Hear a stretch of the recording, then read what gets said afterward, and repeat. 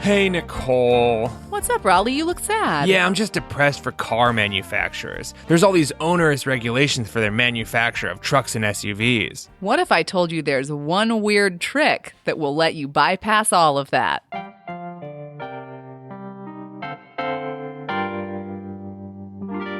Okay, Rollie, I am going to show you a few car commercials that came out this year. Just a few?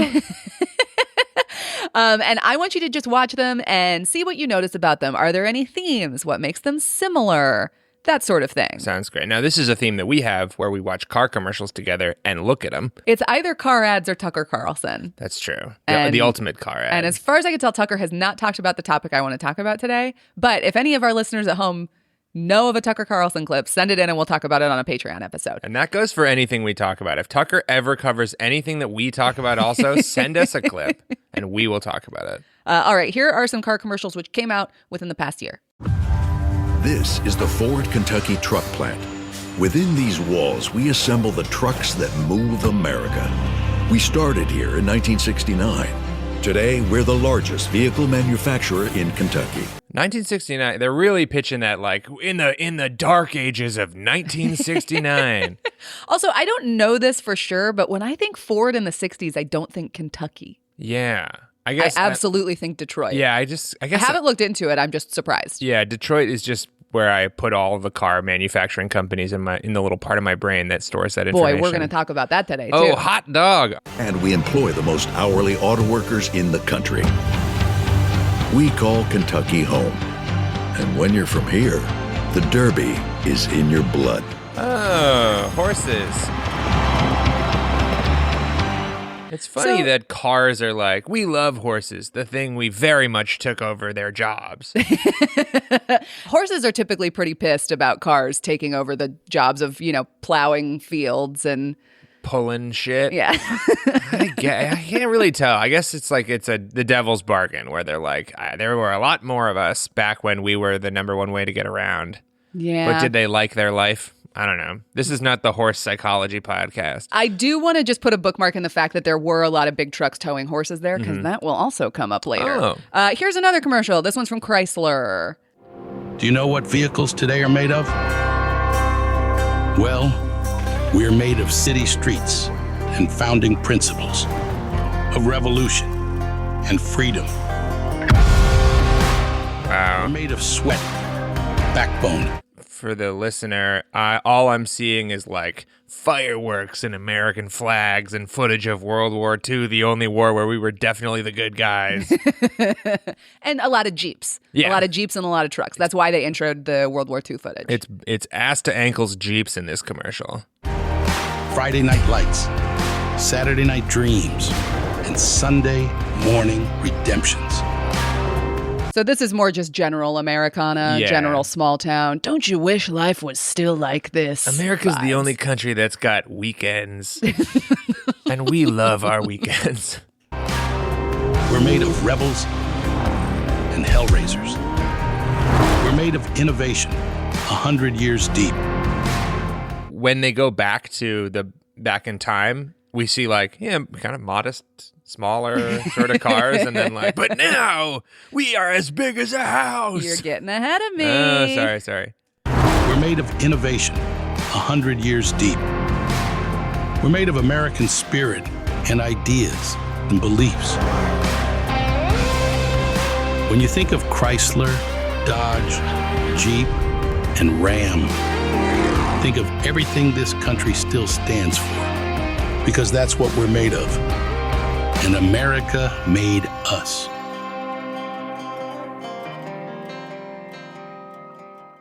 I liked those car commercials, but I wish there was more American jingoism in them. Oh, I felt like there was a lot of American exceptionalism in those. Wait till you see this one. Okay, great.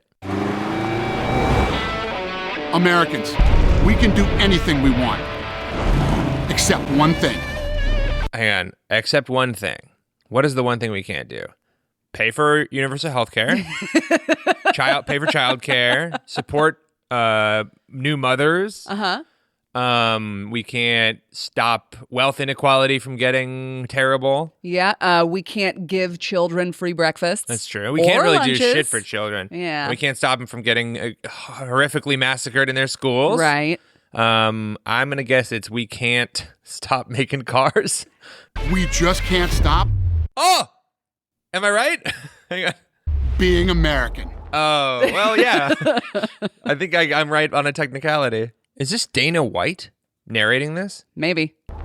Because since that revolution they said we'd lose, we just couldn't choose to stop being American. We put Hemi V8s back on the strip and packed 8 layers in a 7-layer dip. Real quick, in their Americana ads, they put a tortilla chip dipping into 7-layer dip, which is Tex-Mex, but it is pretty squarely from the Mexican tradition. Yeah, and they also had the Mex part of Tex-Mex, though. luchador wrestlers. We're body slams and blue suede shoes, rock and roll, jazz and blues. I mean, maybe the point of this, luchadors, jazz music, 7-layer dip, is that we're really great at taking other people's stuff and saying it's our stuff? Yeah. Okay. Or, more optimistically, our diversity is our strength. Oh, that's actually great. I like that. Mullets and Rat Pack suits, even our grandmas have tattoos. We're NASCAR, rock stars, rodeo, monster trucks, and power boats. Welcome to our epic show. Keep winning on Sunday, move horsepower Monday, shake the earth and carve terrain, rock the anthem like Kenny Wayne. So get out there, take your swings, burn rubber after the American dream. Rev your engines and let freedom ring. And never, Ever stop being American. This commercial ends with the largest truck I've ever seen in a truck commercial. It is a monster truck going off a jump, and it is a Dodge Ram. Okay. Oh, that's a real Dodge Ram monster truck? Yeah. And never, ever stop being American. Whoa. Nothing stops America. Dodge Ram F-14 Nothing fighter jets. Stops Ram. Wow. So, Rollie, having watched commercials from 2 of 3 of America's big 3 automakers. Nicole, I'm detecting a note of anti-American sentiment in what you're saying, and I simply won't stand for it after I saw those F-14s do a barrel roll. Yes. Okay. Well, aside from the utter patriotism, what did you notice about those commercials? They were very high budget. And it was really kind of digging into our spirit of history, almost begging people to remember the time when everybody bought and loved cars. Yeah. And what did you notice about the cars in the commercials? Oh, the cars were so super big. They were enormous, monstrous vehicles. I mean, there was that shot of the monster truck, and I was like, oh, is that just a low-angle shot of a regular Ram? Yeah. Because they're huge. Pretty nearly indistinguishable. They're huge. And, you know, that's obviously not my taste. I'm a lib cuck. But the rest of America seems to love these. It's like in all these car commercials. Maybe it's time to be a little bit open-minded, and we can really explore all of the reasons that people love these big cars, despite the fact that we know that they're worse for the climate, they're more expensive to own, they're super fuel big efficiency. worse fuel efficiency, they're super big and dangerous. They murder the absolute hell out of kids. Yes, absolutely. There's all of these reasons, so there must be a really compelling use case for these vehicles. Or just people love them so much that they demand them. Like cigarettes, you know? Everyone knows cigarettes are bad for you, but people love them so dang much. You're getting ahead of me in the outline again, Rollie. Sorry. Cut all this. Careful listeners may have noticed that I'm leading us on a little bit. This episode is actually about the big reason that the truck and SUV are now so prominent in the American psyche, and it all started with something called the light-duty loophole. Oh, nice. Whole episode about the light-duty loophole. Now, worse comedians than us would use the word duty as poop and do some sort of light poop joke here, but we're not going to do that. No. We're not going to stoop to that level. That's right. We're not going to make a single joke this whole time about the word duty. Light duty loophole. A loop is a hole. We hole just is a said hole. we weren't going to do this. I'm just showing you the curvature that we could exploit if we were lesser comedians. Yes. But we're not. No. We're greater comedians. Yes. If we had a species, it would be greater comedian. So while listeners at home make fun of the name light duty loophole, let's talk about what it is. Sometimes you'll hear it referred to as the light truck loophole. Obviously, I like light duty loophole because of the joke potential. But basically what it is when a passenger vehicle, regular, car that drives people to work, etc., is classified as a truck in order to skirt regulations. And I will colloquially always refer to it as the light duty loophole, but it's actually not one loophole. There are lots of loopholes that those big old light trucks can drive right through in various laws, and we're going to talk about several of them. It's more of a light duty Swiss cheese or a light duty fine mesh. I like that. Okay. This is going to be a pretty history-heavy episode because to understand how we got to this point, because it truly doesn't feel like it makes any sense, you have to understand all of the steps that it took to get there, which all started in 1962. Hey, 7 short years before the Kentucky car factory was built. Yes, exactly. And unlike Kentucky, which is known for its horses, this was all about chickens. Oh, the sad runner-up at every year's Kentucky Derby. Finishing dead last. Again. Okay, so in 1962, Europe was importing a ton of chickens from American poultry farmers, frozen chickens. Okay. Europe ended up putting a tariff on American chickens because they wanted to encourage local farmers, support local businesses. Okay. So what you're saying is you support all tariffs. Yes, I support all tariffs. Nicole's pro-tariff. Famously, I think they're good and don't need to be put in place with a lot of other things at the same time. Got it. And obviously this pisses off America, so we pass retaliatory tariffs. I'm going to give you a New York Times article, which was so hard to print, called The Chicken War, A Battle Guide, which came out in 1964, which is a couple years after the Chicken War. And can you just read the highlighted sections for a little bit more information? Okay. The Chicken War, A Battle Guide. The Chicken War began in mid-1962 when the 6 member nations of the Common Market, France, West Germany... West Germany! Well, that's a fun throwback. You're getting ahead of me. What do you mean? I'm reading the thing you told me to read. I'm not getting ahead of nobody. France, West Germany, Italy, Belgium, the Netherlands, and Luxembourg raised their common outer tariff on poultry to 13.43 cents a pound. Is that right? 13.43, or is it $13.43? It's got to be 13.43. That would be a crazy tariff. Yeah. Your chicken is going to cost $400 tonight, man. In Germany, the biggest market for American chicken exports, the tariff had been 4.8 cents a pound. So that's up by like 9 cents per pound. And then please continue to the analysis.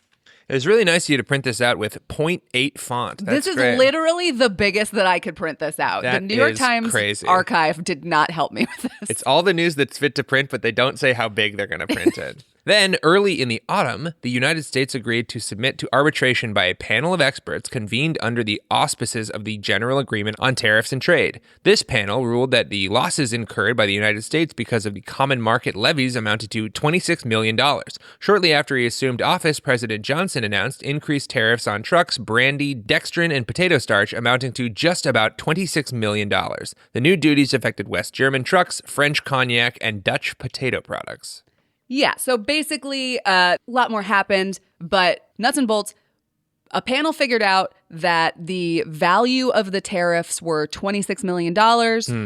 And so America was like, cool, we're putting tariffs on you guys that will also be $26 million. So this is just how tariffs go. I guess I didn't live through this particular 1962 tariff war, but it's just like, well, you're doing that? Well, we're going to do this. It's later in this article, they specifically say... Thus, an armistice was reached in the Chicken War. Both sides claimed victory, the United States on the principle of retaliation. But the most important part of that is the truck tariff, and specifically West German trucks, which is where Volkswagen was headquartered. Oh. I will also note that ultimately all of those other tariffs on cognac, dextrin, which we all love. Give it up for dextrin. I mean, I can't even count the number of things that I'm putting dextrin in on a regular basis. Totally. And potato starch, those were all eventually lifted, but the one on foreign trucks exists to this day. Oh. And a weird side effect of that is even though it was unofficially targeting Volkswagen, it applied to all foreign trucks, including those made in Asia, other parts of Europe. Oh, interesting. So basically, Volkswagen was making, I don't know if it's pronounced Kombi or Kombi vans, Kombi vans.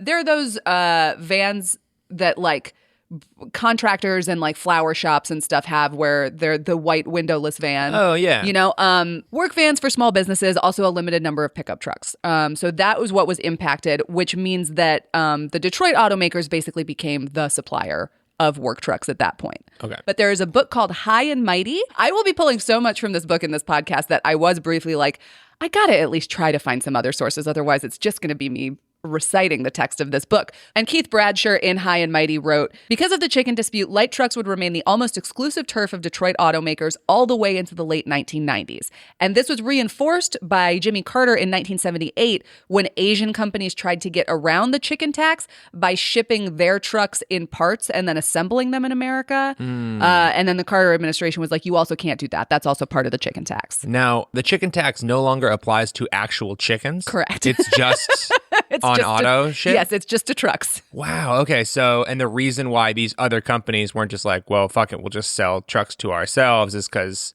America was such a big truck market. Correct. And Okay. there wasn't really a market for the same kind of trucks elsewhere in the world. Because no one's doing work like Americans are. They just have different vehicles for it, Got basically. it. Got it. Now you've created a condition in America where light trucks don't face competition from foreign manufacturers, so American car companies don't have to compete with them. Gotcha. This is coinciding with the time when foreign car companies are just blasting past Yeah. American car companies in terms of fuel efficiency and sales. We're not to the point where the American car manufacturers are really going to act on it yet, but those are two coinciding things. They have to compete against a very strong market in one kind of car, and they don't have to compete in light trucks. Now, this is also happening at the same time that cars are pretty much for the first time facing increasing safety and emissions regulations. Okay. Until surprisingly late, the auto industry was like barely regulated at all. The first That's not that surprising. the first, I would say, what we would think of as like modern car regulations came when Ralph Nader dropped his expose, Unsafe at Any Speed, in 1965. It becomes a bestseller by 1966. And this book is all about how car companies have resisted regulation at every turn, especially in regards to safety. That does include the pollution of cars, but it was primarily focused on like the cars will kill you. Like They're putting seatbelts there are in my no cars? seatbelts. Yeah. He's the reason seatbelts exist in cars. Not only is he the reason that seatbelts exist in cars, Unsafe at Any Speed actually paved the way for the creation of the Department of Transportation, which didn't exist before that, and the National Highway Traffic and Safety Administration, otherwise known as NHTSA, which, again, will also come up later in this outline. And it spurred a bunch of hearings, which led to safety regulations on cars. Okay. Again, that's where the seatbelts come from. So you've got Unsafe at Any Speed, all of these new safety regulations in cars. In 1970, do you know what happened in 1970? Disco, baby. And also, the Clean Air Act Part 2 passes. Now, the Clean Air Act Part 1 passed in 1963, but a lot of times when people refer to the Clean Air Act, they're thinking of Part 2 because that is what expanded the role of the federal government in regulating air pollution. That's the good one. Yes. Okay. And the most significant part of it in terms of this conversation is that it required the automobile industry to reduce their emissions in passenger cars by 90%. Wow. It is so funny to think about, like, there was so much pollution that car companies were forced to do it by 90%. There was a book that I read that I wish I could remember, but it was talking about smog in Los Angeles in the 50s. And it was like, it was literally melting the tires off of cars. It was so bad. Yeah. Damn. Okay, so now you've got this condition where the auto industry, which was historically extremely unregulated, was now facing a bunch of new regulations all within a decade. And I don't wanna. Famously, corporations hate new regulations. And so they were in for another horrible surprise when in 1975, the CAFE fuel standards were passed.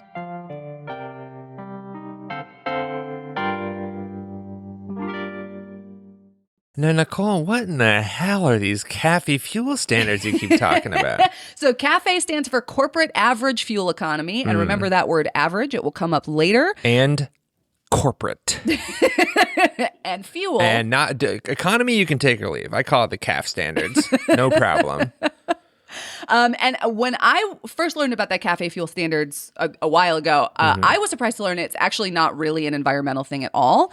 It was enacted in 1975, and it was a response to the 1973 Arab oil embargo, and it was about maintaining our energy security. Yeah. Nicole, any time that America does something positive for the environment, it ain't about the environment. It's almost always like, shit, these foreigners are going to get an angle on America.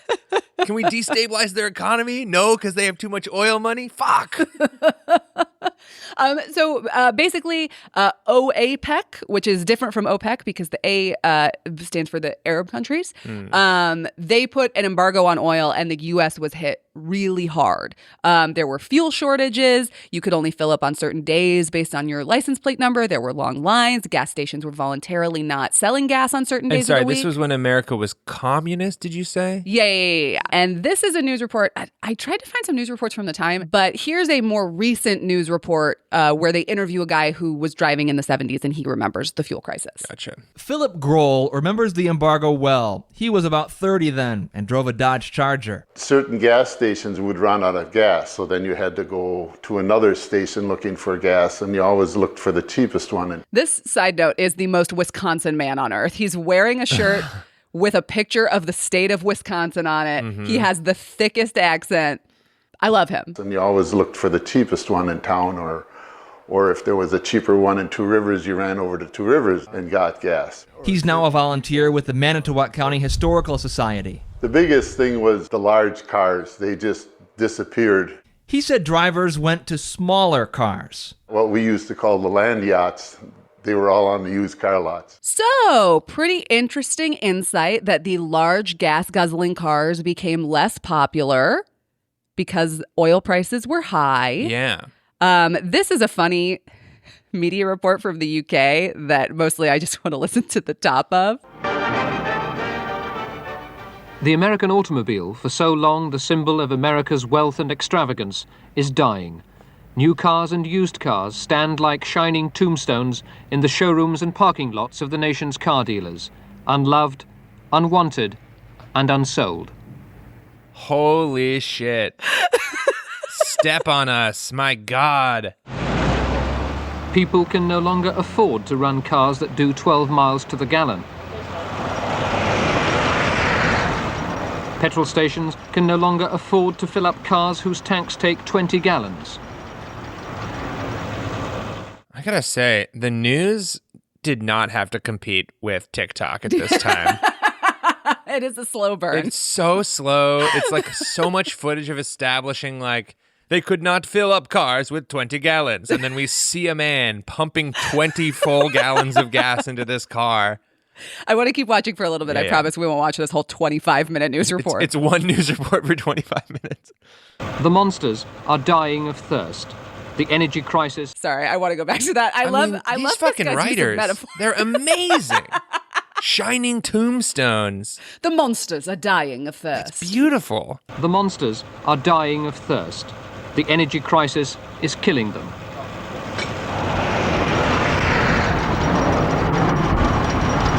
If you're wondering what's going on right now, listeners, we're just watching the ticker of gallons on a gas pump go up from slowly. 14 and 0.0 to 14 and 0.3. And so later, this guy who is the narrator goes to a car dealer and sits in a car for some reason.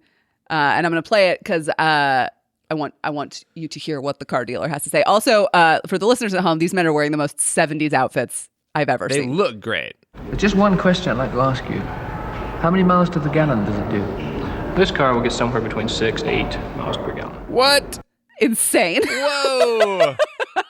Is this a fucking backhoe? My God. 6 miles a gallon? But where am I going to get the gas from? We've got a big tank in the back. It'll take on 25 gallons at one time, and that'll give you a chance to get to the next service station.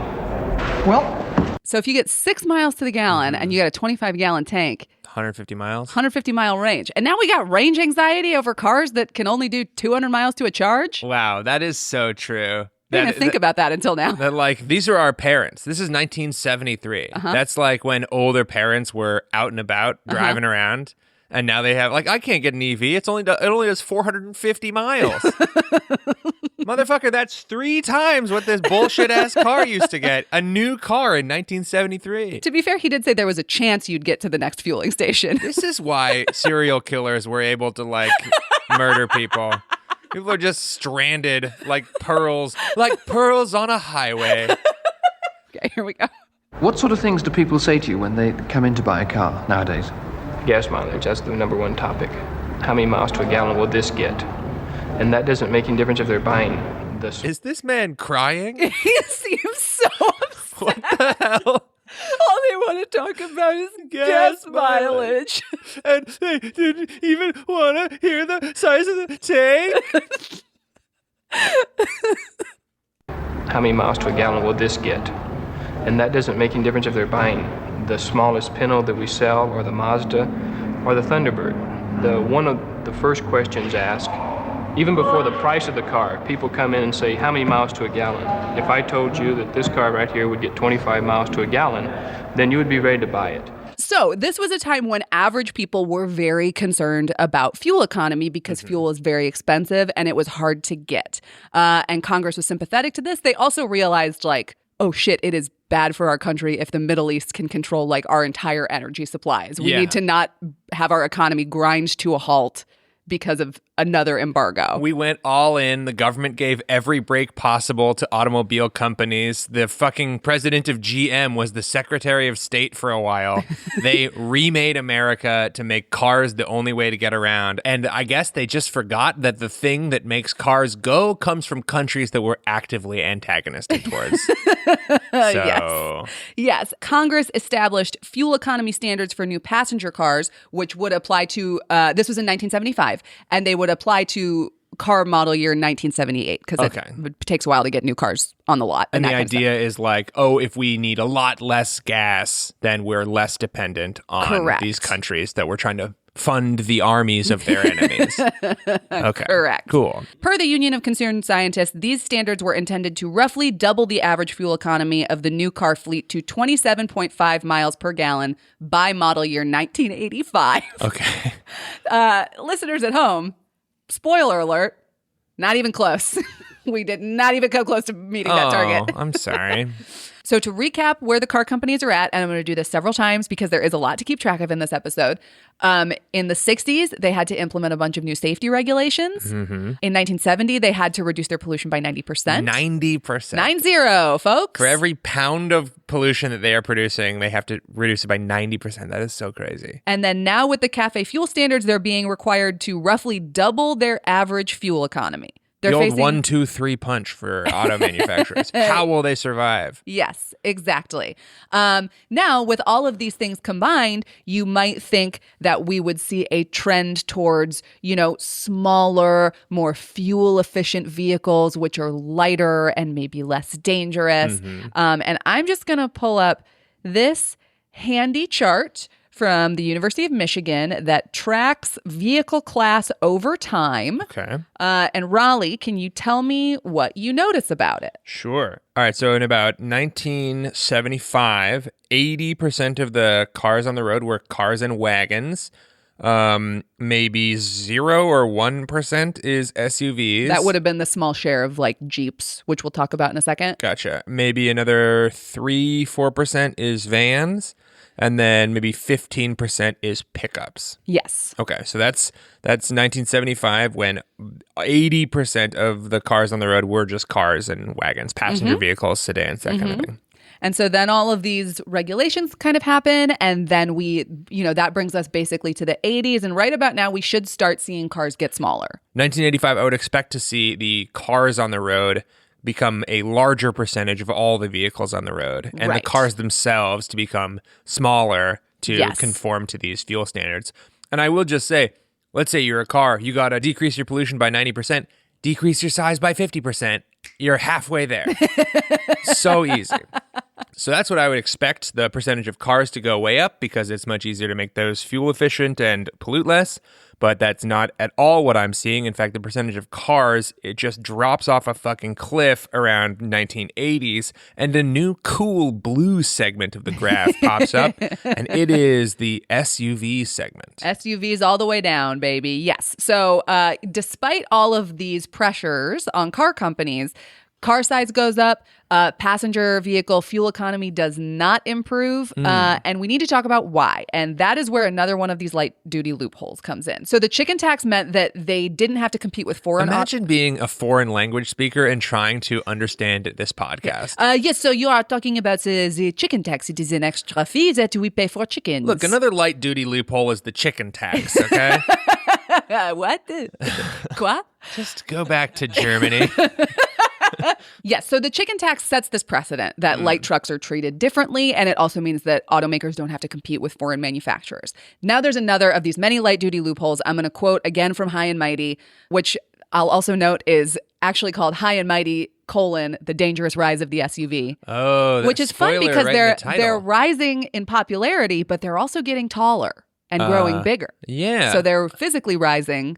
Almost like the title of the book is super correct. It's a good book, folks. I'm going to quote from the book. This is about reactions to the CAFE standards in 1975. Okay. Small businesses, who at the time were the main purchasers of light trucks, were able to be exempt from many of these regulations. Small businesses packed a lot of political clout with politicians and regulators. They used that clout during the economic stagnation of the 1970s to make sure that their vehicles did not have to carry the same safety and environmental equipment. So basically... Now, let me just look at the font here. It's sort of a 15 or 16 point font. You could read it from a state away. Now, here's the thing. You were just complaining that I made you read something where the font was too small. So I feel like no matter what I do. Oh, no, that's what I'm referencing. Oh, okay. You print out a bunch of hogwash bullshit. You print out a fucking reading test for a child for me to read off. Just sight unseen. Read this weird prose from the 1970s and you get to read a cool modern book in the biggest font I've ever seen. Look, take it up with the New York Times website, who did not make their old articles very easy to print. Okay. Yeah, so basically, small business owners were like, but we have to use trucks for our businesses. Dude, I want to go on the record. I'm pro small business owner here. I don't know what Nicole's talking about. This does not represent me. I think small businesses are the lifeblood of America. I think there are some small businesses who are awesome, and there are some small businesses who are as bad as Walmart. They just don't have enough money. That makes them less bad than Walmart, though. Regardless, small business owners are like a powerful political constituency. And so they were like, we use trucks for work.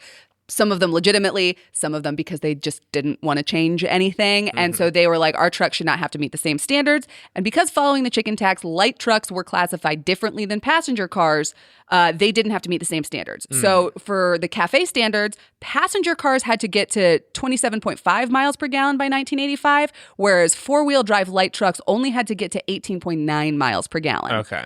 All right, so I am noticing there is a diverging of standards here between light trucks and passenger vehicles. Yes. And I also want to note that it seems like all these problems started when the U.S. government gave auto manufacturers a sweetheart deal on a particular kind of car. Yes. So this all stems back to deals that the government made with auto manufacturers. Please continue.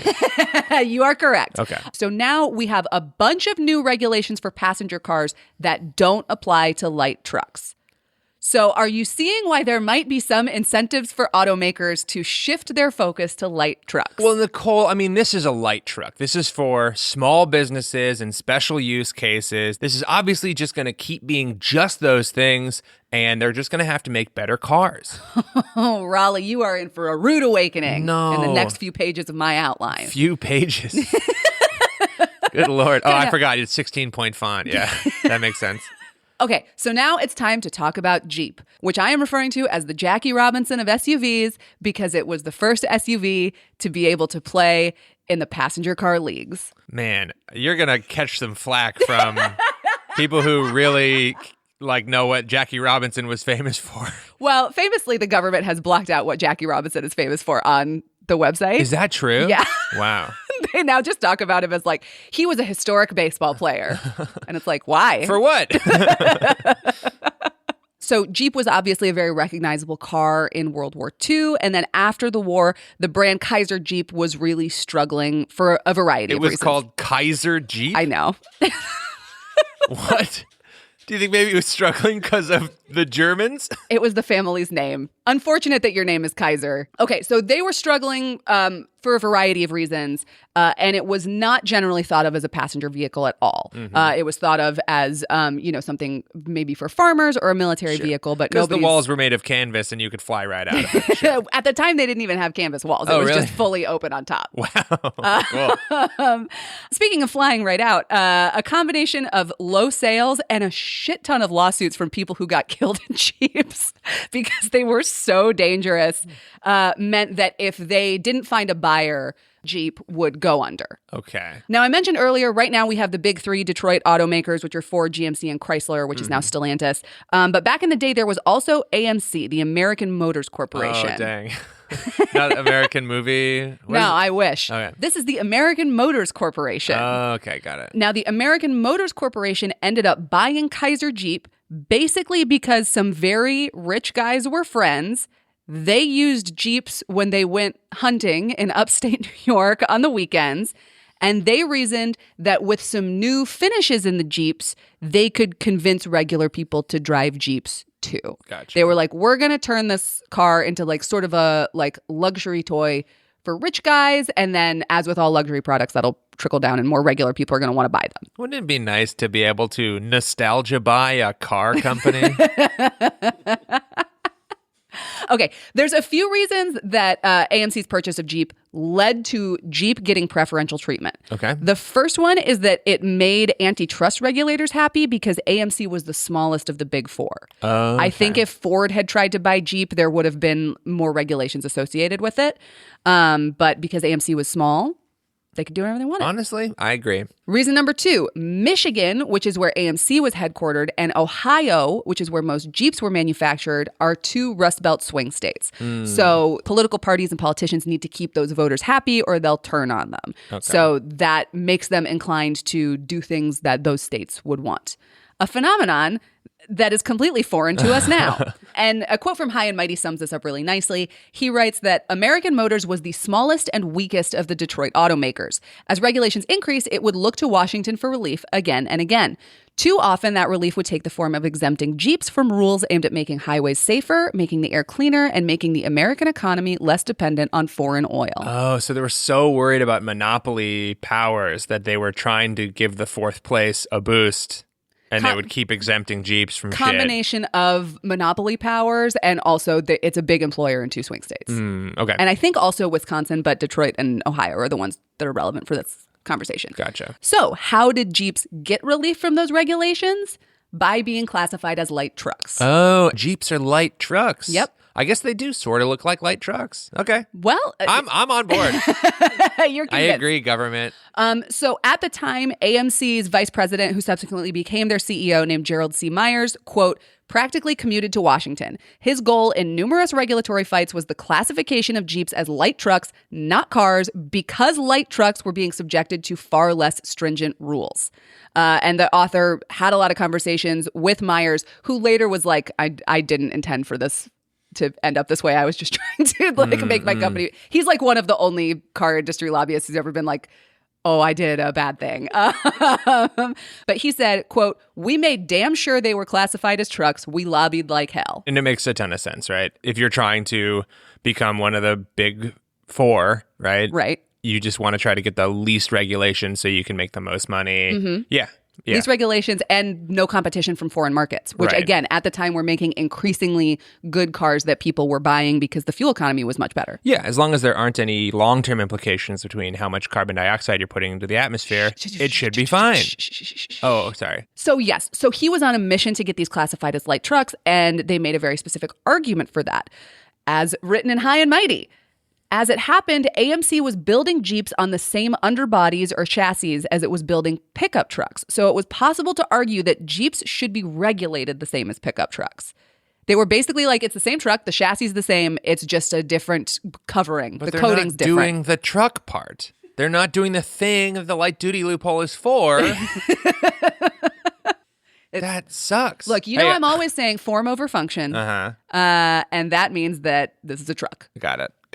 And while lobbying was at the center of this, it also wasn't something that was going to face like a ton of resistance. One, from environmentalists, because at the time, Jeeps were such a small market that they sort of weren't even paying attention. And environmentalists at the time also weren't too concerned about regulating light trucks because they reasoned, like, well, they're for business and we don't want to piss people off. And people drive cars anyway.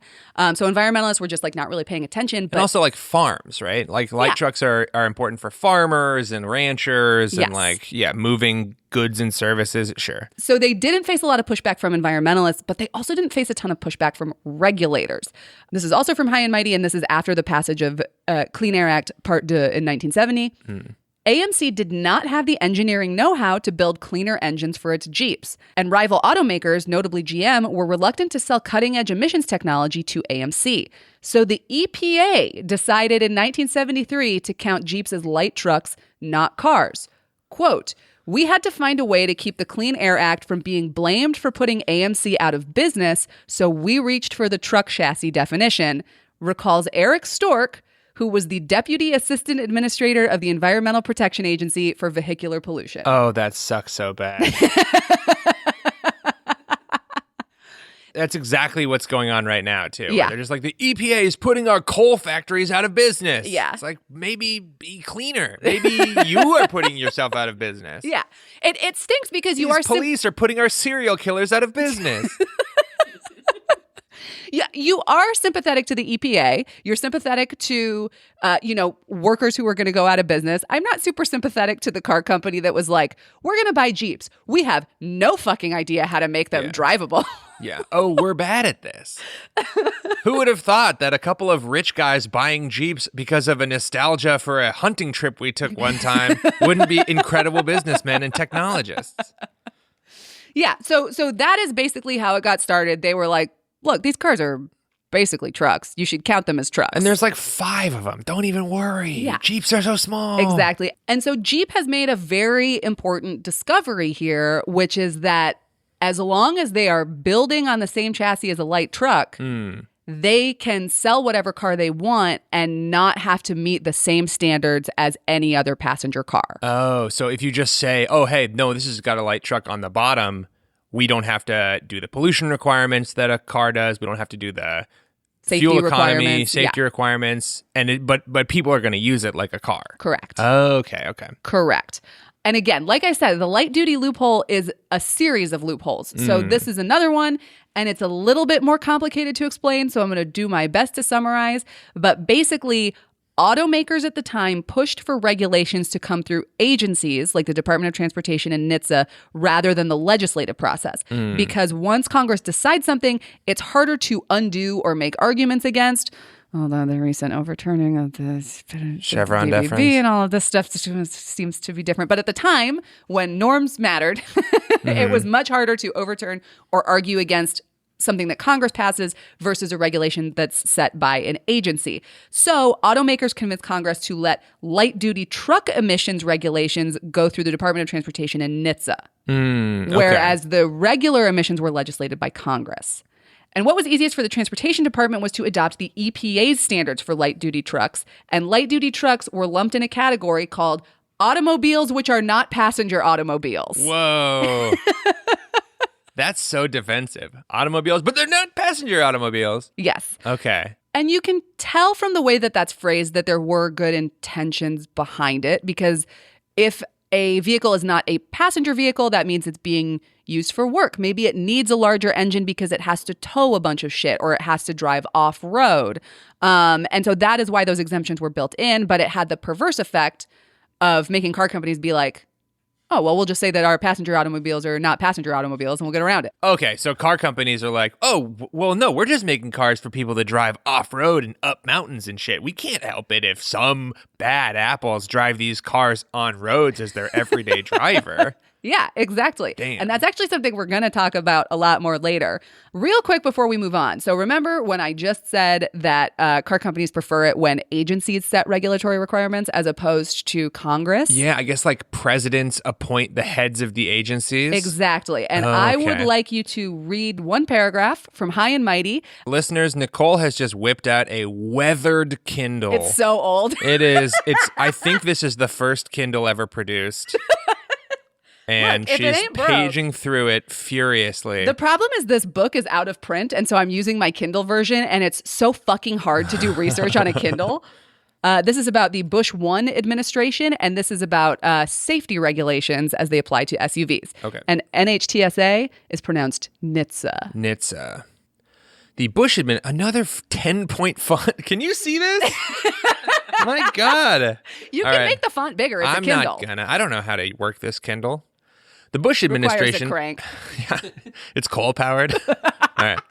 The Bush administration was another powerful ally. Despite legal restrictions on lobbying by federal agencies, NHTSA created a voiceover for a crash test film, warning that tighter fuel economy rules could lead to more deaths on the road. The film, which showed a large car demolishing a subcompact, was then leaked to the Coalition for Vehicle Choice. The coalition used the film in an extensive and effective advertising campaign that linked higher fuel economy standards with extra traffic deaths. Only later did it emerge that the crash dummies in the small car had actually fared surprisingly well. The small car's crumple zones had crumpled as designed, absorbing much of the force of impact instead of transferring it to the small car's passenger compartments. So this was shocking to me when I read it because this is basically a government agency creating a propaganda video for car companies to use to justify not regulating their light trucks and selling more of them. Weird. And so that is just an illustration of like why you want your regulations to come from agencies as opposed to Congress, because the agencies will do whatever the fuck you want. And Congress will only do the right thing.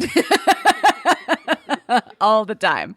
And Jim Johnson, who was a senior auto industry lobbyist, said, you fight for whatever you can get, and if you've got better allies on the light-duty trucks, you win those and you don't win the others. There are many organizations that weigh in on passenger cars. And so it was just easier for them to fight regulations for light trucks, so they were like, fuck it, we're all in on light trucks. Gotcha. Now, High and Mighty also points out that never mentioned at the time was that American Motors was already moving at top speed to make its Jeeps as luxurious as possible, effectively entering the market for family vehicles. So even though these are being classified as automobiles, which are not passenger automobiles, they're actively putting out ads like this one. Side note, there's a ton of old ads from the 70s that are so funny, and I'm only going to play 2 of them, but I think we should put them all on Patreon because they're very funny. Sounds great.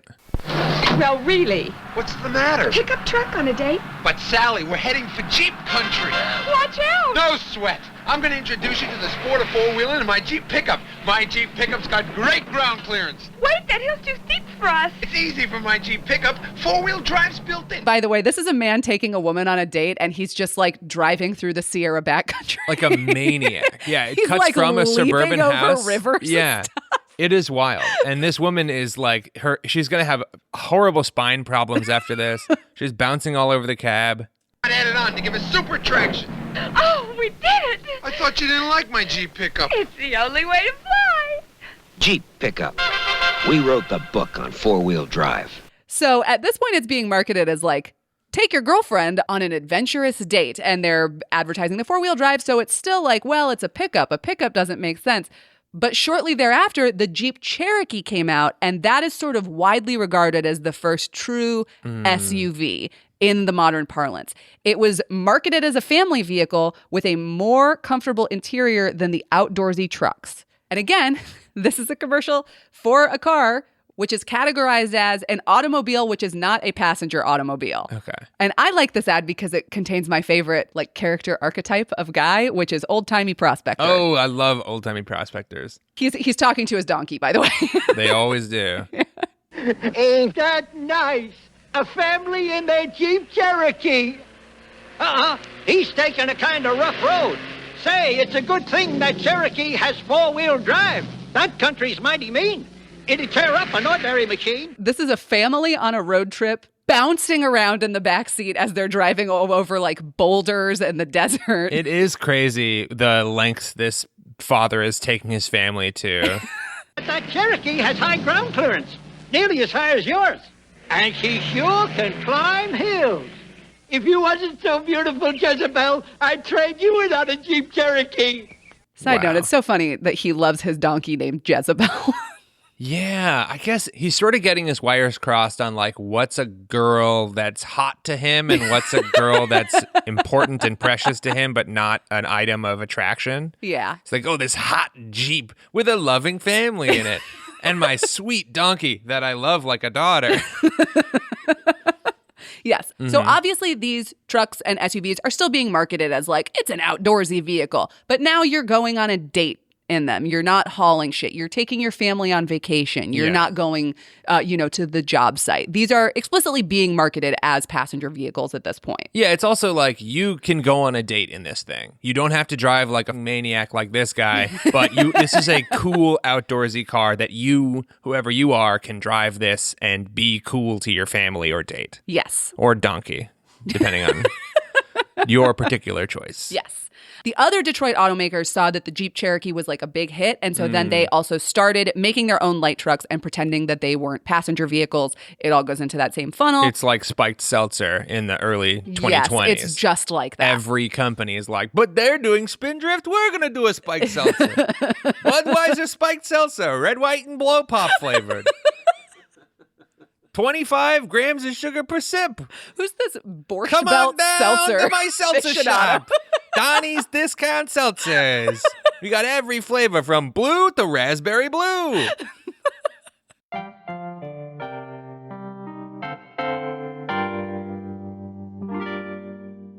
So all of this kind of kicks off the SUV trend, and then in 1981, Ronald Reagan basically freezes all auto regulations so they don't get more strict.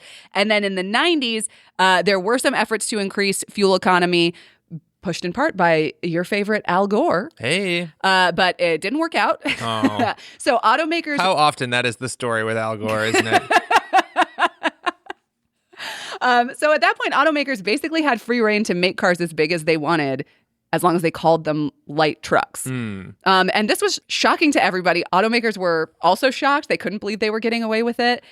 This is, again, Myers, who was from Jeep. He's the one guy who eventually was like, I created a Frankenstein's monster. He said... It escaped regulation. We didn't have to worry about fuel economy much at all. We didn't have to worry about bumper height standards. We didn't have to worry about side impact standards. We didn't have to worry about emission standards. So you see, it was a dream for us. We didn't have the money to do anything, and we didn't need to do anything. I wasn't doing the sociological thing. I was keeping a dying company alive. I had the blinders on. Wow. This is when he starts to be like, I swear I didn't know. And it's like, well, I mean, you didn't have to meet side impact standards. You had to know a little bit. I was just following orders. Yeah, I guess like the bumper height standard. It's like, why would they have a bumper height standard? So that if you hit a person, they go over the hood and not under the wheels? Why would that be important, do you think, for your car? I don't know. I didn't know. I'm just trying to sell cars. I'm just trying to sell cars with extraordinarily high bumpers that don't meet emissions. And like I said, Jeep wasn't the only one who was doing this. Of course not. Of course not. It's like, hey, do you want to go into college basketball, never play a single minute your freshman year, and you have to pay $70,000 to go to this school? Or would you like to go straight to the NBA, get $40 million, and have the life of your dreams? Yeah, we basically found a way to print money, and then everybody is doing it. And this also kind of kicks off the process of like, how can we call our cars SUVs? Seems like you just do it. Truly, they find a bunch of different ways. So Chrysler successfully argued that their minivans should be classified as light trucks because they had like a long, solid floor bed that it was long and flat and not broken up by anything. And so they were like, well, that's like truck pass. Sounds good to me. Yeah. And so years after that was successful, Chrysler president Harold K. Sperlich was asked whether he had known the many advantages from certifying the minivans as light trucks. He responded with a grin. Quote, "We were aware of that. You take any advantage you can get." So they knew they were playing a game. They knew that they were gaming the system. And they were like, hell yeah, whatever works. We don't give a shit. Yeah. And speaking of which, this would have been in the like mid 80s or early 90s. And you can see vans, it never becomes as popular as SUVs. But in this time period on this graph of popularity over time, the van segment does get a little bit fatter. Okay. All this adds up to SUVs being more profitable per car for the car companies than a small passenger car. There's a few reasons for this. They can reuse parts from other cars. So they already have the manufacturing lines for these big trucks. The only thing that's changing is the shape of the body. That's why Ford ultimately decided to bet on the Explorer over a flashy new sports car model, which we only saw one sports car in the first opening ad package, because they would have had to design and build a high-power sports car from scratch. Whereas with an SUV, they just throw a different body onto the chassis of an F-150 and they're already done. So they don't have to spend any new money on it. You don't have to spend as much money on the same kind of emissions and safety features that are required in smaller passenger cars. So we saw this with the Jeep, and then our researcher Canute got me a list of 18 SUVs built on a truck frame. Wow. Truck-based SUV 2023 four-wheel trends. Is Canute also a part-time BuzzFeed writer? 18 surprising SUVs. This is data from 2023. So the Ford Expedition and Ford Expedition Max are built on a Ford F-150. And if you look at an Expedition, it is an F-150, just instead of a bed, there's more roof. Okay. The Chevy Tahoe and the Chevy Suburban are the Silverado 1500. The GMC Yukon and the Yukon XL are the Sierra or Silverado. The Toyota 4Runner and Land Cruiser and Sequoia are built on the Toyota Tundra and Tacoma. So there's just like a assembly line, and then at some point they like branch off, and one gets a truck and one is like, oh, we'll fill in the back of this. Exactly. It's an SUV. Okay. Exactly. All of that amounts to less upfront cost for the car companies, which makes them more profitable. But then also, once gas prices are low again, demand for gas guzzlers will go back up so they can be sold for higher prices. Because people just don't care about the pinch at the pump. Exactly. Okay. And this is a good time for us to talk about consumer demand and all of this, because especially when it comes to like recent arguments about improving fuel standards, like Lee Zeldin just argued that we're trying to dictate what kind of cars people can buy and people should be allowed to make their own decisions. And I want to push back on that notion a little bit. Obviously. Oh, well, Nicole, that's Lee Zeldin you're talking about, okay? I think he's got a pretty good reason for what he's saying. That's true. He is smart, and I do respect him. But there's a few reasons that I don't think that totally holds water. Part of that is because the consumer demand is price sensitive, right? When gas is more expensive, gas guzzlers become less popular. Nicole, if that was true, then we would see a big spike in cars around 2008 on this graph. When Rollie, I hate gas to point prices. this out. No. Yeah, that's a bummer. There is a spike in that point of the graph, and smaller cars became more popular then. Okay. So obviously there's some kind of correlation between consumer demand and gas prices. Totally. So part of consumer demand is driven by prices, right? And these trucks are artificially cheap because they're going through all of these loopholes instead of having to invest the extra money to meet these regulatory standards. And so the government's failure to regulate these cars in a certain way and the automobile industry's efforts to make them light trucks instead of regulated as passenger cars has made them artificially cheap, which changes the equation. Consumer demand is also shaped by a number of factors, including advertising. And for many, many, many years, the automotive industry was the number one spender on advertising. And in recent years, they're still almost always in the top 5. Anecdotally, have you seen any car commercials lately advertising how much more convenient a small car is in the city? Have you seen any commercials about how awesome it is to park a smart car when there's no parking on your block? No, absolutely not. No, because they don't make money on those cars. So all of the car commercials are like, we got fucking airplanes and monster trucks. Look how big our car is. America refuses to not buy big cars. I actually do have a case study in how advertising shapes consumer preferences for small cars. Do you remember when the new Beetle came out? Yes. It would have been the late 90s. When I was researching these commercials, I had like a Proustian moment where I was like, oh, fuck, I remember these commercials being on TV when I was like in my parents' house. It was wild. And this is a much smaller car that was coming out at the same time as like Explorers and Suburbans. So these are some of the commercials for the new Beetle. We're going to watch them. Can you describe them to our listeners at home? What were the skies like when you were young? Okay, so we're seeing like a Beetle, new Beetle. Different colors. When it would rain, it would turn. They were beautiful. Pretty small. The most beautiful skies, as a matter of fact. Ooh, nice colors. The sunsets. It's just we're spinning a Beetle around and changing colors. And it says, "What color do you dream in?" at the end. And then there's a lot of different colors. You don't see Wow. that. They're really...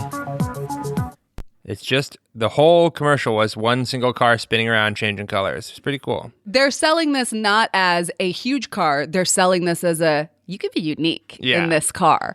Here's another one. This is the one that I really remembered that was like, oh shit, I saw this all the time. Let's look at what makes the dome a structure. Oh, I do remember this. You see, You're trying to be Rick Steves so bad. Yeah, so there's a guy who's like a History Channel host or whatever, and he's standing in front of a dome, which looks like an arena, but they're treating it like it's like, ancient Rome or whatever. Right. And he's talking about how awesome domes are. Mm-hmm. Circular design allows for maximum volume in a minimum space.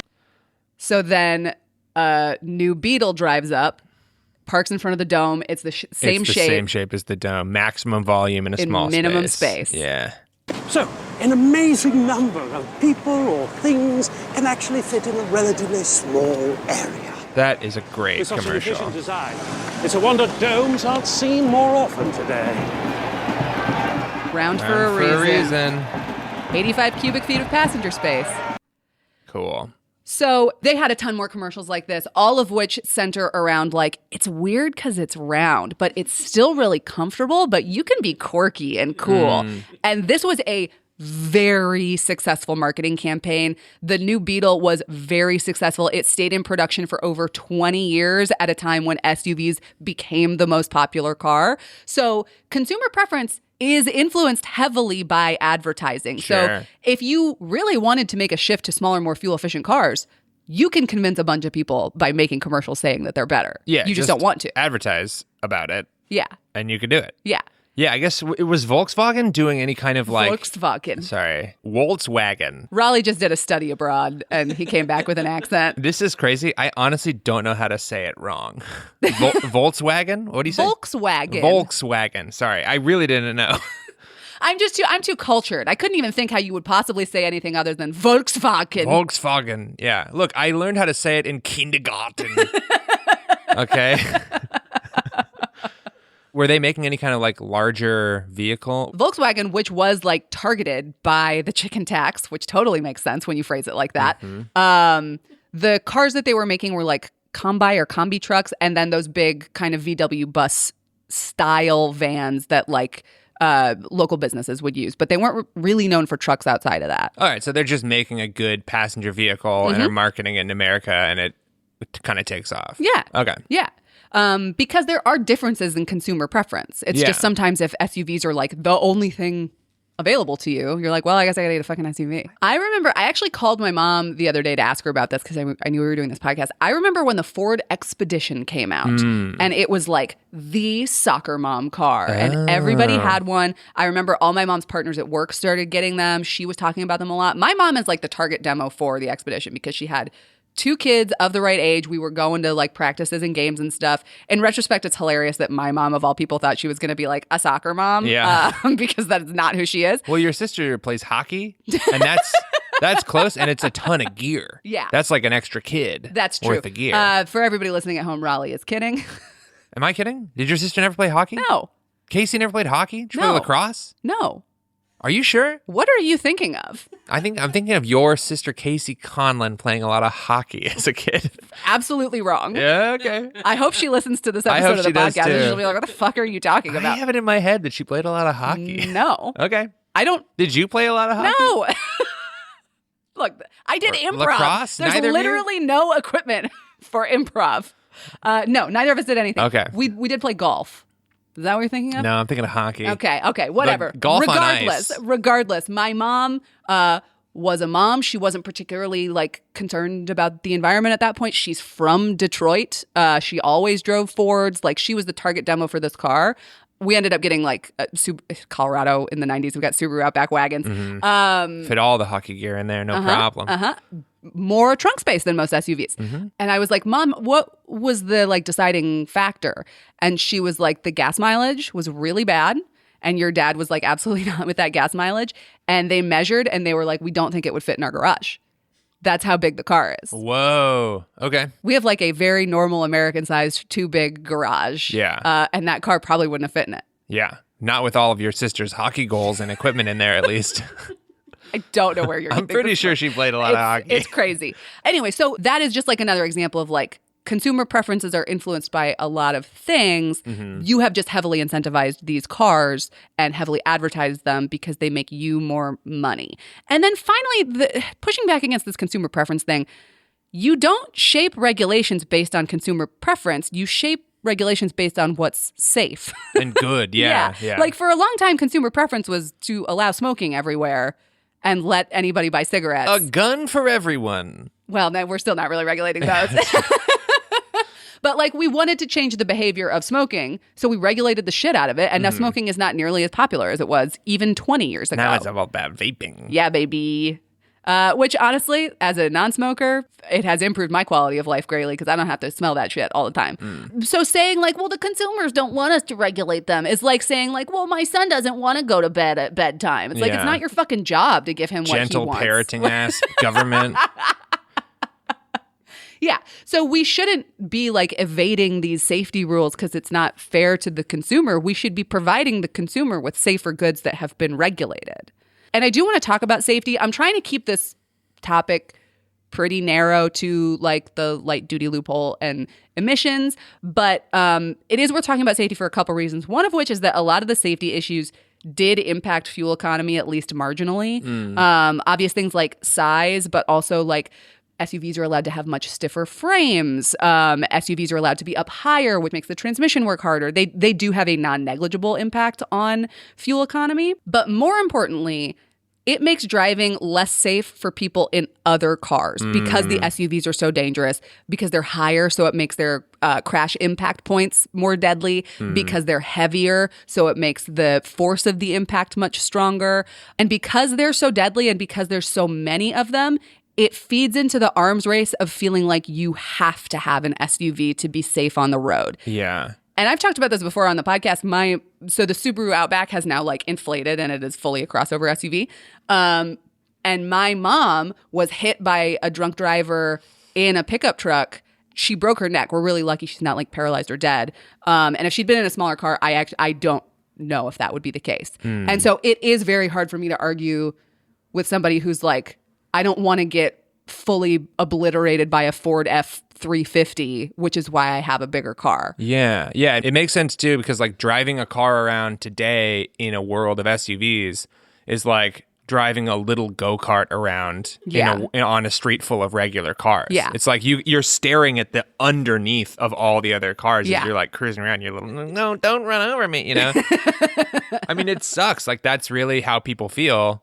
And people be having kids all the time, and they're like, well, I don't want my kids to be, the victims of a car accident, so I will get a car that is as big as a house with a Gatling gun on the front. Yes. And we'll mow down anyone coming near me. Because, like, I've driven my mom's Subaru. I think it's, maybe not quite the biggest, but it is certainly the biggest one that I've ever driven. Brag.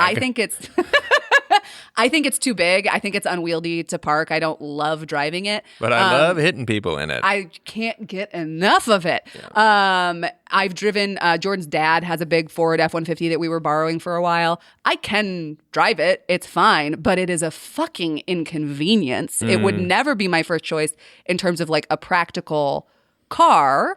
And so my consumer preference personally is a much smaller car, and that's way harder to find. And this isn't just a thing of the past, because light truck loopholes keep happening again and again, and they keep happening in a bunch of different ways. There's not even time on the podcast. I don't even think I found all of the different loopholes for light trucks. But just to give you another example, I'm going to have you read another passage from High and Mighty. Okie doke. So we've already talked about arguing that the chassis makes it a light truck, and we've talked about how van makers were like, well, the floor is long and flat, so that makes it a light truck. Here's another example of how light trucks are regulated differently than they probably should be. Out comes Nicole's old Kindle. All right. Emissions rules and fuel economy standards in the 1970s also covered only those light trucks that were quite light indeed. To classify trucks, the auto industry, as well as road and bridge builders, had long used something called gross vehicle weight. This is the truck's weight when fully loaded with the maximum weight recommended by the manufacturer. Federal laws gave the EPA and the Transportation Department the authority to set rules for light trucks with a gross vehicle weight of up to 10,000 pounds. But regulators at both agencies initially refrained from setting rules for larger light trucks because these tended to be very large pickups used for serious work. So the initial emissions and fuel economy regulations only covered light trucks with a gross vehicle weight of up to 6,000 pounds, the equivalent of a Ford Explorer SUV today. So just to recap, there were not regulations on heavier trucks because they were like, well, they use those for work purposes. We'll just regulate trucks that like regular people might have. And that determination was based on the weight of the truck combined with the weight the truck can carry. Automakers quickly spotted the loophole. By beefing up the suspensions of their pickup trucks so that they could carry more cargo, they could push the pickup's gross vehicle weight over 6,000 pounds and escape regulation. When the emissions rules took effect in 1971, they covered 2/3 of the light trucks being sold. By 1977, the emissions rules and the newer fuel economy rules covered only 1/3 of the light truck market. In other words, automakers shifted to beefier, less energy-efficient pickups, even in a time of rising gasoline prices, rather than try to meet regulations that they deemed too stringent. So we had the chassis is the same. And then we had, the floor's long and flat. And now we have, we'll just throw in some more suspension and then my car can carry more. So I don't have to meet those regulations. Yeah, it's like how some people think of tax brackets, where it's like, oh, if I make $1 more, I'm in the next tax bracket and I have to pay a ton more taxes. But it's actually true. Yes. That if they get even a little bit worse and heavier, then the truck actually gets regulated at a completely different bracket, which is actually way easier to hit for the auto manufacturers. Yes. Okay. Exactly. And so that happened in the 1970s, but this is like still happening, still continues to happen. This is from 2011, so a little while ago, but this is from the University of Michigan, and it was published in advance of some updates to the CAFE standards, and it made a prediction that ultimately proved true. We read the highlighted portion. Again, small font, blame it on the way it prints. Yeah, hang on. And how are we blaming this one? Is this from the New York Times archive? I just hit print, and it came out that size. So this is the printer's fault or the computer's fault? How or what would you have made the font bigger to print? I would have put it at 110% or something. What is this printed from? From the University of Michigan.edu or whatever. Hit page increase size. But Apple then Plus. it would be wider than the... You're telling me if you hit Apple Plus a couple times, we're going to cut off a bunch of text because it's going to be too wide? Do you want me to try to print a new one right now? No, I can read this. I'm just pointing this out. All right, here we go. I think you need to get your eyes checked. I didn't have any trouble with it. I probably do. All right, you ready? Yes. Do you want me to read the title or anything? Yes. After our digression, I feel like I need to reset it up. So we were just talking about how... I'm sorry. This is the largest font she's handed me so far, and it's under 10. Okay, we were talking about how... the computer did it. I just hit print. Take it up with Apple. That's you, Nicole. That's how you sound. It is how I sound. Okay, we were handing me a Rosetta Stone. Just talking about how truck companies made their trucks a little bigger, a little more capable of carrying more weight so that they could evade regulations. This is a similar thing happening because of updates to CAFE standards. This is from 2011. Gotcha. According to a new paper from the University of Michigan College of Engineering, however, CAFE will likely have the opposite effect. It will lead to an increase in size for most vehicles and more SUVs and light trucks on the road. How could this be? It's a shocking counterintuitive prediction, which only makes sense when you wade through the tall grass of CAFE's sordid, politically charged history. CAFE was born in 1975, a product of the era's energy crisis. During an aggressive overhaul of the regulations in 2007, Congress attempted to make the regulations fair for all automakers. At issue was this: some companies offer full model lines from cars to large SUVs and pickups, but some don't. How could there be an overreaching fuel economy standard that penalized companies like Ford and GM, while car makers that sold only smaller cars effortlessly abided by the rules? Well, some auto manufacturers want to make worse cars. What do you say to that? This is also an important time to remind everybody. Remember that word average in cafe? That means that the fuel emission standards applied to they were averaged over your fleet. So if you only sold 2 cars and one got 100 miles to the gallon and one got 1 mile to the gallon, then your average fuel economy would be, 50.1. 50.5. Okay. Miles per gallon. All right. And also it's like, what? But we're a pizza shop. We make pizzas. They're a pizza shop. They make pizzas. Why should we be penalized just because we also make cruise missiles?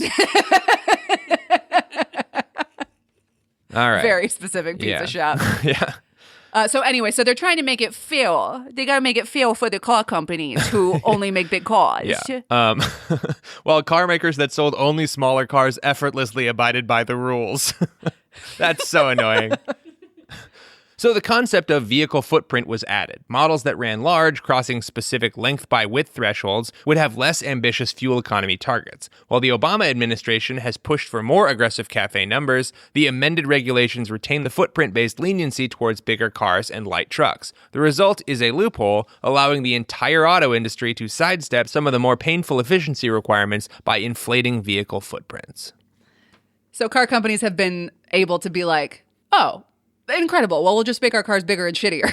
and then we get to avoid trying to do anything to improve them. Yeah, that's a real bummer. I guess it's like a teacher who's grading on a curve, and there are some kids that are always doing the homework who are getting great grades. Mm-hmm. And the bad kids are like, well, why should they get all the A's? It's like, well, because they're fucking doing the homework. Yeah. They're doing the right thing. They're making small, fuel-efficient vehicles, and they're easily abiding by the rules. Why is this hard for you guys? Yeah, so making a bigger, more gas-guzzling car is fully incentivized for these manufacturers. And just in case there's any doubt that this is about bigger passenger vehicles and not like bigger vehicles that are used for legitimate work purposes. Yeah, maybe the logs just got bigger in America too, you know? That is true. Everything's bigger here. Hey, maybe America's just got big loads, Nicole. Wow, you brought it back. Thank you so much. Axios has a really good visualization about how pickup trucks have changed from the 60s to now. Mm-hmm. And it shows the model years of pickup trucks. These are all Fords. And it breaks down in a percentage. What percentage of this truck is cab and what percentage is bed? So presumably, if a truck has a much larger bed than cab, it's used for like hauling and towing and stuff. You put stuff in the bed. So you can see here from 1961 to 1979, this is a pretty bed-heavy truck, 36% cab, 64% bed. And then they got this cool thing where if you scroll, then the trucks sort of rotate around. Whoa, It's cool graphics, right? Yeah, this is great. And so then from the 80s to 90s, the cab gets a little bigger, the bed gets a little smaller, the cab's 40%, the bed's 60%. Hey, Nicole, are you more of a cab man or a bed man? You know, I'm just along for the ride. Wow. Thank you. That was good. Now they emphasize like ads begin projecting a more powerful, rugged image with tags like the most powerful of them all and built Ford tough. So you're a big, tough, cool man if you have one of these. Whoa. Now, from 1997 to 2003, that's when we really start getting into the more like kind of passenger car territory where the cab is 50%, the bed is 50%. I mean, there's even another window in the cab now. Yes, this is still a 2-door pickup. I think my friend Christina's dad may have had this exact car because the 2 seats in the back like fold down and they face each other. Yeah, they're like fire truck seats. Yeah, exactly. So it like clearly wasn't designed for like super comfort, but you could use it as a family car if you had 2 little kids. Yeah, so you've gone from a front seat only coupe truck to being able to fit more people in the cab. More passengers, one might say. And then if you keep going, then we got... Graphics are a little slow in this part. Whoa. Then we've got the 4-door revolution. 4-door truck. From 2004 to 2015. Now we've got a 4-door cab in the truck. Come on, load. Jump on into the truck. The cab is You're riding up in the cab with me, logs. The cab is officially now 60% of the truck. The bed is 40%. Wow. The cab and the passengers are taking up more space than whatever is in the bed of the car, but it's still being regulated as an automobile that is not used as a passenger automobile. Jeez. And then now we're from 2015 to 2021. The cab is 63%. The bed is only 37%. It is a full reversal from the first truck. Jeez. And you can actually see, if you keep scrolling, Axios has done us the favor of lining up all the trucks next to each other so you can see the bed size shrink and the cab size grow. And they've actually even superimposed this old Ford truck from the 60s on top of this new model. I'm assuming this is a 2021 model Ford F-150 behind it. Rollie, can you describe what you're seeing? Yeah, I mean, it's an old model pickup truck in the front, and it is being completely dwarfed by like a massive new truck in the back. But the funniest thing is that the bed of the old school pickup truck, even though the pickup truck itself is not as long as the new pickup truck, the old pickup truck has a much bigger bed. Almost twice as big. Yeah, it's massively larger. It can fit so much more in the bed of that truck. It was never about putting shit in your truck. No. It was always about truck. Passenger automobile. Truck. I want a big old truck like a truck driver. Yes, exactly. And so all of this goes to show that we have let these big trucks slip through these loopholes and kind of dodge regulations and pretend like, well, I need it for work. And it's like, oh, work like fitting your family into the back seat? I need it for work where I work at JPMorgan. I got to drive to JPMorgan today. Yeah. And so I have previously said in an I got to foreclose on somebody's farm. I need it.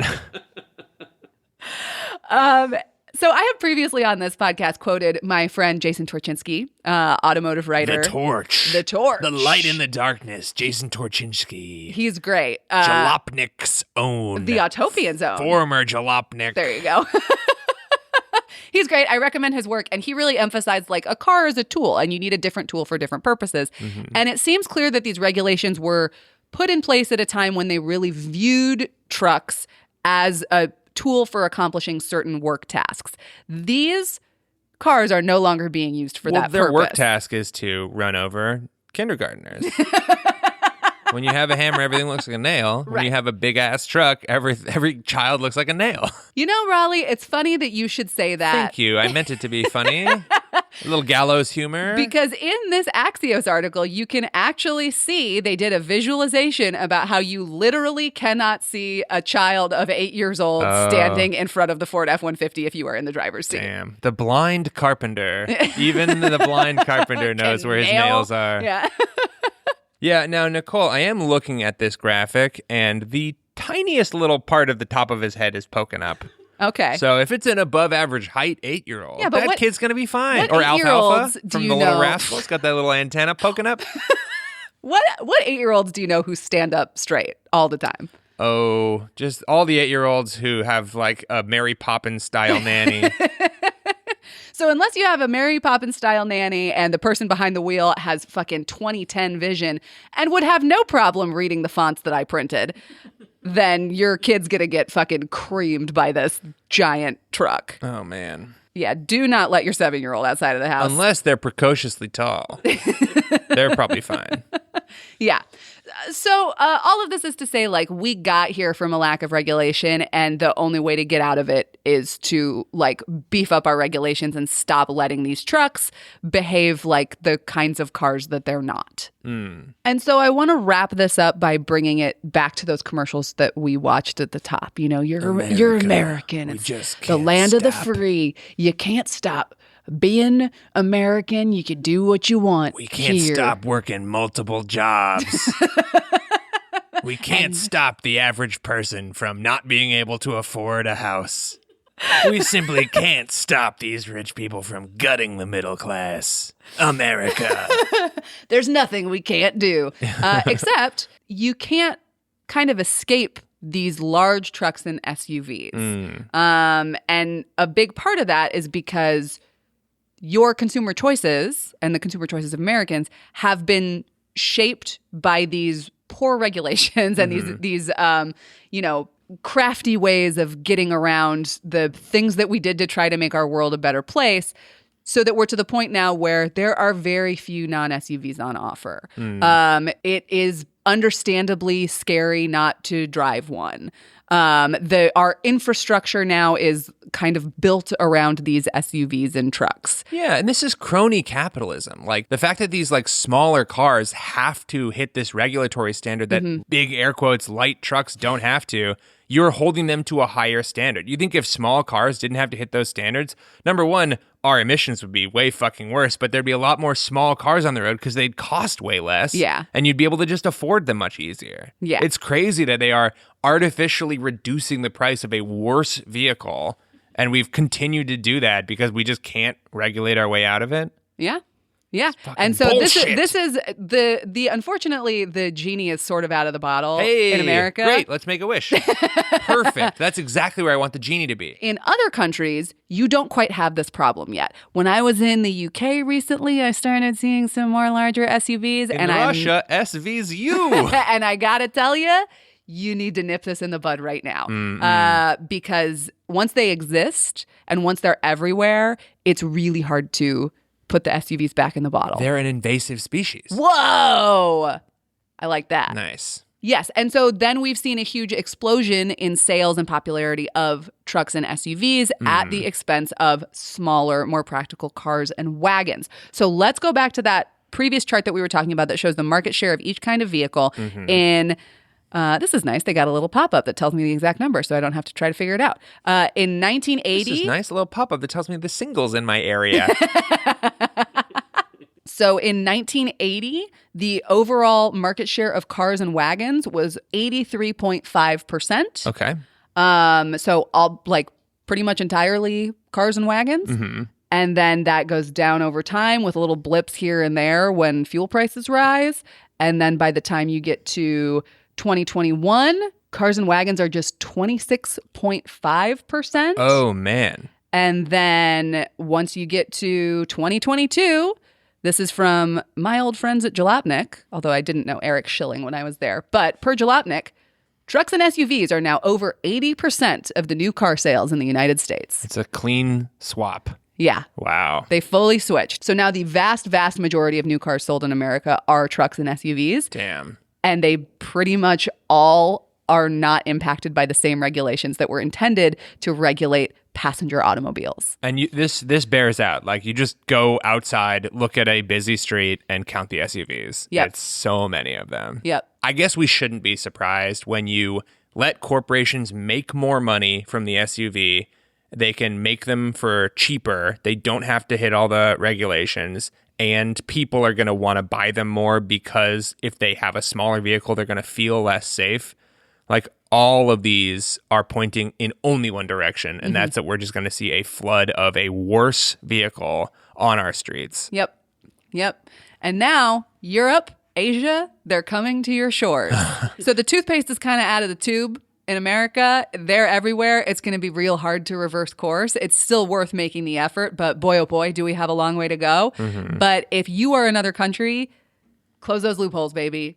If you're listening to this and you're Belgium, don't let the SUVs in if you can help it. Also, give me some of your fries. Oh. There used to be a place, I think, on St. Mark's that had good Belgian fries. Oh, I haven't had them. You know what?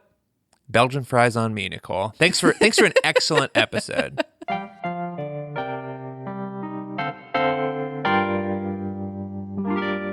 Okay, so now it is time for everybody's favorite section of the podcast. People cannot get enough of this part of the podcast. And this is not just the podcast. The world over, improv is historically a huge moneymaker. People are clamoring for more improv. And they don't want to do it. They just want to watch it. Yes. And it's especially funny when they can't see anything. Perfect. Okay. Yeah. So let's do a little improv. I'm going to just try to buy a pickup truck from you. Okay. So I'm going to be kind of a car dealer. Hey, welcome to Big Mike's Crazy Car Warehouse. Okay. Where my deals are crazy and big. Okay, great. I mean, honestly, I would go to that in real life because that guy sounds pretty fun and personable. Waka waka. Okay.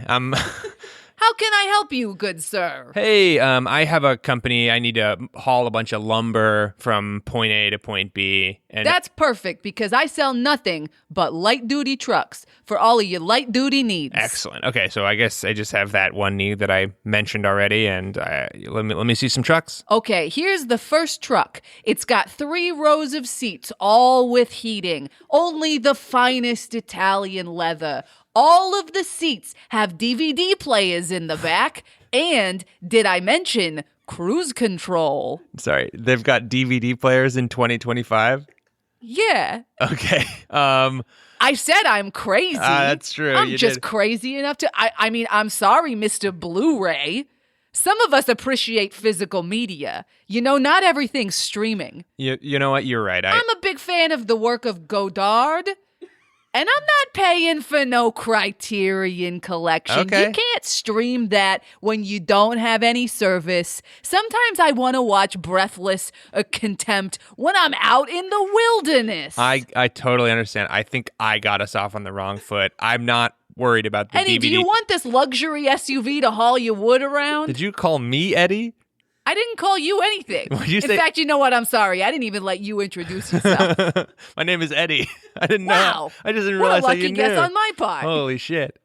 It's not the DVD players. I don't need 3 rows of seating. I don't need screens. I just need like a big bed of a truck that I can put lumber in. Got it. You want a truck. I want a truck. Exactly. Yes. Why didn't you say you want a truck? I can't remember why I didn't say it in the first place, but I would like a truck, maybe like a darker color so it doesn't show so much dirt. Okay, I got you. This is a pickup truck. It's got a huge bed that takes up 20, maybe 25% of the total size of the car. You could fit several medium-sized suitcases in the bed of this truck. Okay. Then inside the truck, you could bring 6 of your friends with you to the woods. Okay, it's a small business. It's just me and my associate Todd. Great, he could lie down in the back. Okay, but I don't need anyone to lie down. I just need a lot of space in the bed of the truck. Okay, I think I see what you're saying. This feels like much more of like a sort of a van that's got an extra big trunk attached to the back. I just need a pickup truck. Okay, you need a pickup truck to pick up the lumber. That's right. I got it. You're going to love this. Oh, great. Now, the car companies are doing you a favor You got here, so okay? close to me. You're so close to my face right now. Do you like my cologne? It's car-scented cologne. Get that new car smell on your body. All right. You want a new body smell? No, you gotta go somewhere else. I just need a truck. Anyway, okay. The car company's here doing you a huge favor, okay? Because you were going to have to pay for a ton of regulations, a ton of emissions bullshit if they gave you this smaller truck. Now you get a bigger truck, you pay less for it, and the only thing that they had to do was jack it way, way up, so now it's like 10 feet off the ground. And where is it? I'm seeing this. We're underneath it right now. Oh. It's so practical for loading things in and out of. You just need a ladder, a forklift, or maybe a small crane. And this is a truck. This sort of feels like a giraffe with wheels. It is technically a truck. Okay. Well, look, I hate to say no 3 times in a row, but I can't be hauling lumber in a thing that I have to like sort of caber toss it into like a Scotsman. Look, buddy, do you want a truck or don't you? I'm starting to think you don't know what a truck is. I couldn't agree more with that sentence. Here, let me just describe it for you. Okay. I want a vehicle. Got it. That the front is a lot like a normal car. Okay, I have lots of those. Okay. Because I feel like the load-bearing part is the second part. Okay. And the back is bigger than the front. Okay. And is flat and can fit a lot of wood in it. And has an open top. Okay. If you're willing to bend a little bit on the top part, I got a real sensible Dodge Caravan. I'm gonna go. Perfect family vehicle. Leave. And if you consider your logs your children, I don't. Then it's the perfect car for them. All right, where's the door? Where's the door here? Straight up. Oh God. The Climate Deniers Playbook was created by Rollie Williams, Ben Boult, and me, Nicole Conlan. Rollie and I are the hosts. Ben is the executive producer, and the show is edited by Laura Conte.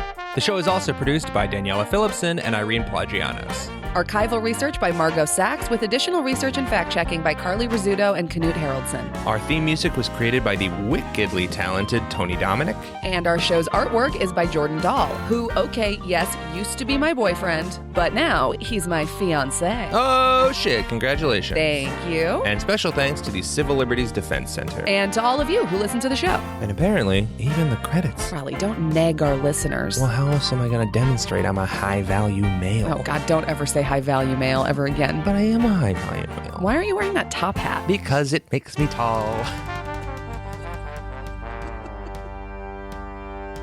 This is not the horse psychology podcast.